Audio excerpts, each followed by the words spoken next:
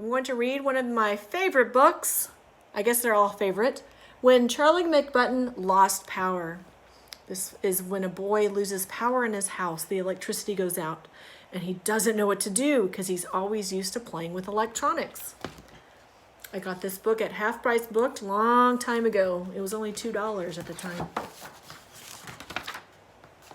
Look, Charlie is at the computer in the wintertime and the summertime, all year around. Charlie McButton had likes and like-nots. The things that he liked involved headsets and bots, computerized games where he battled bad creatures. The things he liked not did not have blow-up features.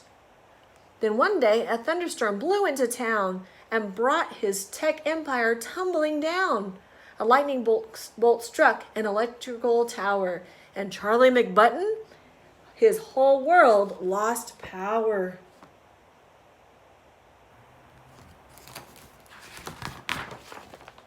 He looked left, he looked right, and his heart filled with dread.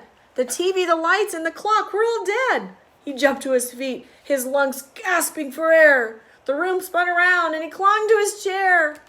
He tried to cry, help, but just managed to squeak. The blackout had blacked out his power to speak. Thank goodness his mother had ears like a bat. She came to his room, and she gave him a pat. He is freaking out.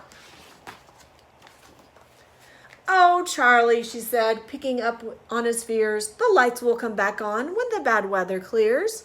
You'll have to find something without plugs to play. Read a book, clean your room, sing a song, model clay. Could anything be duller than clay? Soggy gray clay on a soggy gray day? He hated the way clay got under his nails and how he could only make snowmen and snails.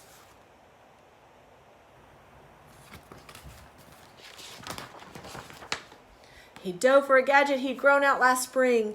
It was handheld, outdated, not much of a thing. But he clutched the old toy like a lifeline that day. See, it ran on one battery. The size? AAA. He flicked the on-off switch to on double quick, but no happy humming sound followed with the click. He unlatched a hatch and his blood turned to ice. The battery is gone from my backup device.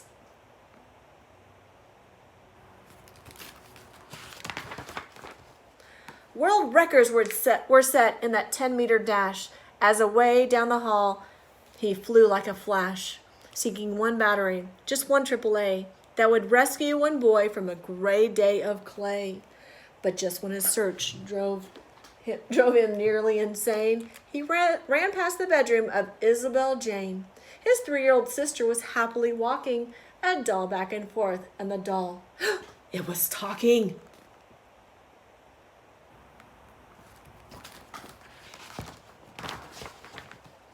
Now, dolls didn't talk on their own as a rule. They needed a power source, some kind of fuel.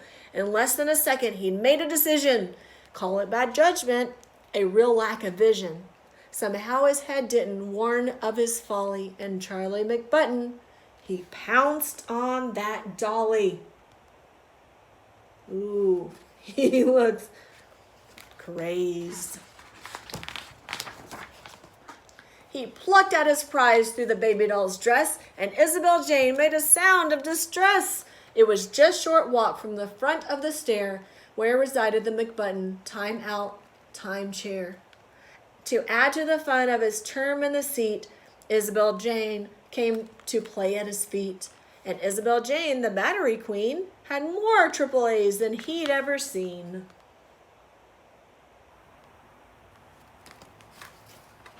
Did you see her screaming? Oh my goodness, she's really screaming.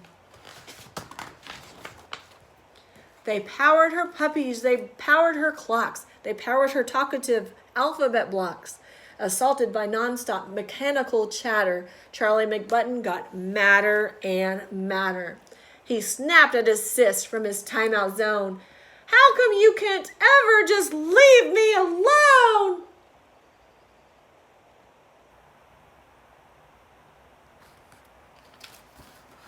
He is really angry. Her eyes filled with tears and she gave them a rub. She went to the bathroom and hid in the tub. Oh my goodness, her eyes, they're watering.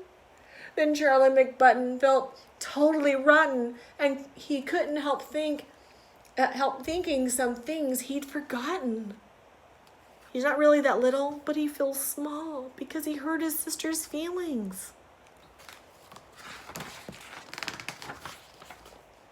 Mainly he thought that for sisters that Tuttle, Isabel Jane was a pretty good model. She clearly adored him. She didn't have fleas. At dinner, she'd secretly eat up his peas. And sometimes, although he'd most hotly deny it, he liked just to sit there beside her in quiet, wrapped up in a blanket watching TV, her head on his shoulder, her foot on his knee. I think they like each other. He sat and he thought and he stared at the rain. When his time out was done, he found Isabel Jane. From the edge of the tub, she gave him a peek, so he said, "Hey, are we playing hide and go seek?"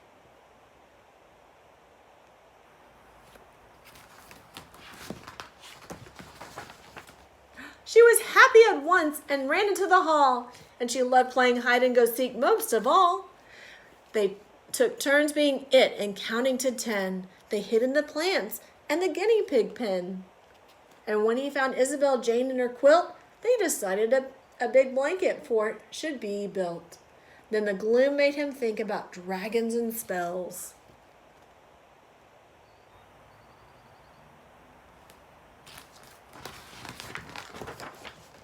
So Charlie became the great wizard Mick Smells, and Isabel Jane, who desired a role, magically changed to his faithful old troll.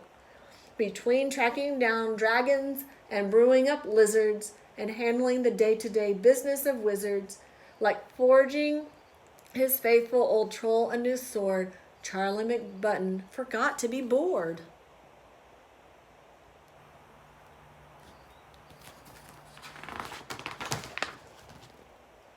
At supper they ate under real candlelight.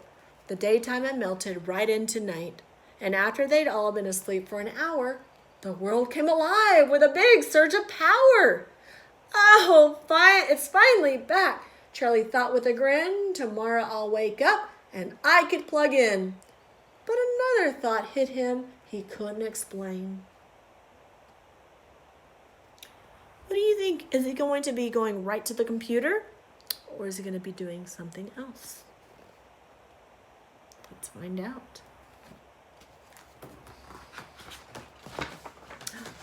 I might also find dragons with Isabel Jane.